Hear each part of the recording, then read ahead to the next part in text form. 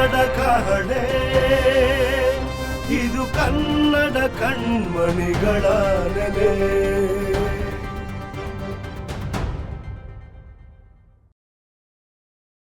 ಎಲ್ಲರಿಗೂ ನಮಸ್ಕಾರ.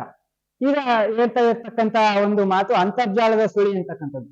ಈ ಅಂತರ್ಜಾಲದ ಸುಳಿ ಹೇಗಾಗಿದೆ ಅಂತಂದ್ರೆ, ಹಂತವಾಗಿ ನಮ್ಮನ್ನ ಹೇಗೆ ಜೇಡ ತನಗಾಗಿ ಏನು ಒಂದು ಬಲೆಯನ್ನ ರಚಿಸಿರ್ತದೆ, ಆ ಬಲೆಯಲ್ಲಿ ತಾನೇ ಸಾಯ್ತದೆಯೋ ಆ ರೀತಿಯಲ್ಲಿ ಇವತ್ತು ಅಂತರ್ಜಾಲ ಈ ಮನುಷ್ಯ ನಿರ್ಮಿಸಿರ್ತಕ್ಕಂತ ಏನೋ ವೃದ್ಧಿ ಮಾಡಿರ್ತಕ್ಕಂಥ ಜಾಲ ನಮ್ಮನ್ನ ಆ ಜಾಲದಲ್ಲಿ ಸಿಲುಕಿ ನಾವು ಸಾಯುವಂತಹ ಪರಿಸ್ಥಿತಿ ಉಂಟಾಗಿದೆ. ಈ ಅಂತರ್ಜಾಲದ ಸುಳಿಯಿಂದಾಗಿ ಇವತ್ತು ಏನು ಮಕ್ಕಳು ಎದ್ದ ತಕ್ಷಣ ತಾಯಿ ಮಗುವಿಗೆ ತುತ್ತಿರ್ಬೇಕಂತಂದ್ರೆ ಆ ಮಗು ತಾಯಿಗೆ ಬ್ಲಾಕ್ ಮೇಲ್ ಮಾಡಕ್ ಶುರು ಮಾಡುತ್ತೆ.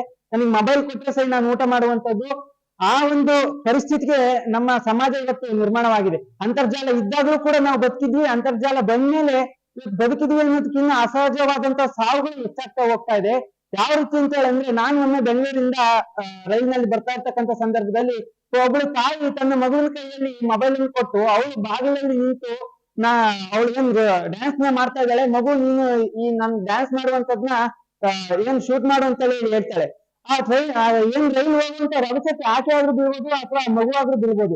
ಇಂತಹ ಸಾಮಾನ್ಯ ಪ್ರಜ್ಞೆಯೂ ಕೂಡ ಇಲ್ಲದಂತಹ ಒಂದು ನಾವು ಹಂತಕ್ಕೆ ತಲುಪ್ತಾ ಇದೀವಿ ಅಂತ ಹೇಳಂದ್ರೆ, ಎಷ್ಟು ನಾವು ಅಂತರ್ಜಾಲಕ್ಕೆ ಸುಳಿಗೆ ಒಳಗಾಗಿದ್ದೀವಿ ಅನ್ನೋದನ್ನ ಗಮನಿಸಬಹುದು ಸ್ನೇಹಿತರೆ.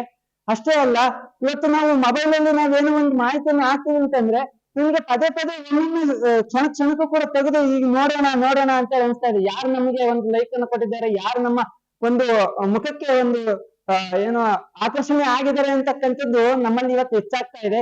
ಅಂತರ್ಜಾಲದ ಆಕರ್ಷಣೆ ಹೆಚ್ಚಾಗಿದೆ. ಅಷ್ಟೇ ಅಲ್ಲ, ಮಕ್ಕಳು ಇವತ್ತು ಅಜ್ಜಿ ಅಜ್ಜಂದ್ರು ತಂದೆ ತಾಯಿಗಳು ಮೊಬೈಲ್ ನ ಸ್ಕ್ರಾಲ್ ಮಾಡೋದನ್ನ ನೋಡ್ತಾ ನೀವು ಮಾತ್ರ ತಿಕ್ತೀರ, ನನಗೇನಾದ್ರೂ ಒಂದ್ ಕಡೆ ತಿಕ್ಕಕ್ಕೆ ಅಂತೇಳಿ ಮಕ್ಕಳು ಮನೆಯಲ್ಲಿ ಕೇಳ್ತಾ ಇದ್ದಾರೆ ಅಂತ ಅಂದ್ರೆ, ನಾವು ಇವತ್ತು ಯಾವ ರೀತಿಯಲ್ಲಿ ಅಂತರ್ಜಾಲದ ಸುಳಿಯಲ್ಲಿ ಸಿಲುಕಿದೀವಿ ಅನ್ನೋದನ್ನ ಗಮನಿಸಬಹುದು. ಇದಷ್ಟೇ ಅಲ್ಲ, ಇವತ್ತು ಮಾಹಿತಿ ಸೋರಿಕೆ ವಿಶೇಷವಾಗಿ ಮೊನ್ನೆ ನಾವು ಓದ್ತಿಗಳಿಂದನೂ ಕೂಡ ಗಮನಿಸ್ತಾ ಇದೀವಿ. ಬೆದರಿಕೆ ಕರೆಗಳು ವಿಮಾನಗಳಿಗೆ ಎಷ್ಟೊಂದು ಬಂದಿದೆ. ಈ ರೀತಿಯಾಗಿ ಸೈಬರ್ ಕ್ರೈಮ್ಗಳು ಹೆಚ್ಚಾಗ್ತಾ ಇದೆ ಅಂತ ಹೇಳ್ತಾ ಯಾರು ಕೂಡ ಅಂತರ್ಜಾಲದ ಸುಳಿಗೆ ಸಿಲುಕದನ್ನ ಒಂದಷ್ಟು ಕಡಿಮೆ ಆಗೋಣ ಅಂತ ಹೇಳ್ತಾ ನಾವೆಲ್ಲರೂ ಕೂಡ ಪರಿಸರದಲ್ಲಿ ಬದುಕೋಣ, ಪರಿಸರ ಸ್ನೇಹಿಗಳಾಗೋಣ ಅಂತ ಹೇಳ್ತಾ ನಾನು ಮಾತು ಮುಗಿಸ್ತೀನಿ. ಧನ್ಯವಾದ.